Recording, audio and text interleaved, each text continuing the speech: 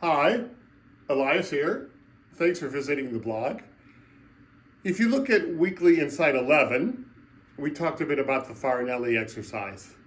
It's one that I've always used to help me really be aware of breath. Also, if I'm nervous at all, it's also quite useful in that regard. So let me go through it in the way I've been using it, and feel free to morph it or adapt it as you see fit. So the important thing is to think about getting rid of the air. So before that I say ready, which allows me to get rid of the air, and then inhale, suspend, and then exhale. Those are the three basic components: inhale, suspend, and exhale. Now over time I've added a bit of choreography, which I have found helps, because we've taken a breath a lot of times in our life. So this helps us. I have found that this kind of gesture helps people to focus in on the breath. So I've used kind of like a straw, which is not a very innovative tool. It's used a lot in voice training. So you intake with like this.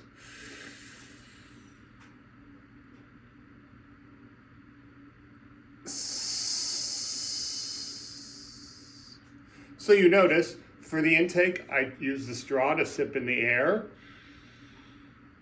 And then for the suspend, I put my hand up in my mouth like I'm ready to speak or sing. And then for the exhale process, I put my hand a little bit below my belly button to help me remember to actually use the air. One of the things that I learned from the great Margaret Harshaw is that one of the challenges of voice, and if you're having any issues, it's either how we take the air or if we don't use it, what we do with the air once we have it.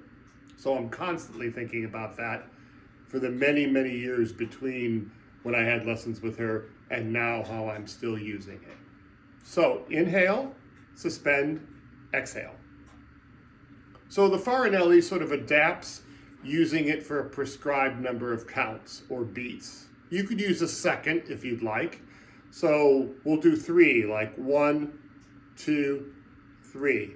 So often I'll say ready, 2, 3, suspend, 2, 3, and exhale, 2, 3. So we'll do 3 counts. Ready?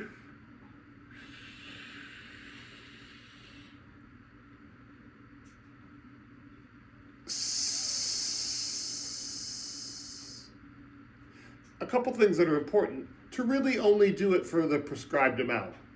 Maybe you can exhale for longer, but try to use most of the air.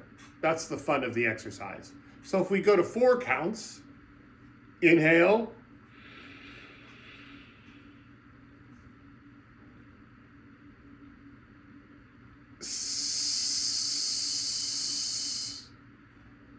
so let's say we do 5 counts. So that's where this gesture becomes helpful, because for 5 counts or seconds, you might take in the air too quickly and create tension if you just aren't using the straw gesture. So if you're going, you might tense that up. But this allows you to start to think about how you're monitoring the air as you take it in, which we don't really have to think about in our daily life. So inhale.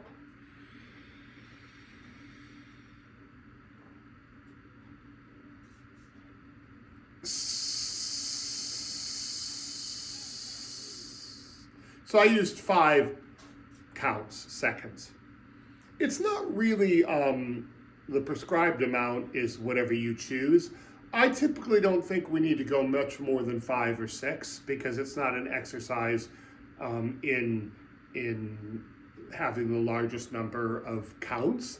But whatever it is for your body, and you'll notice, I'll change gesture and I'll turn to the side. If I'm inhaling,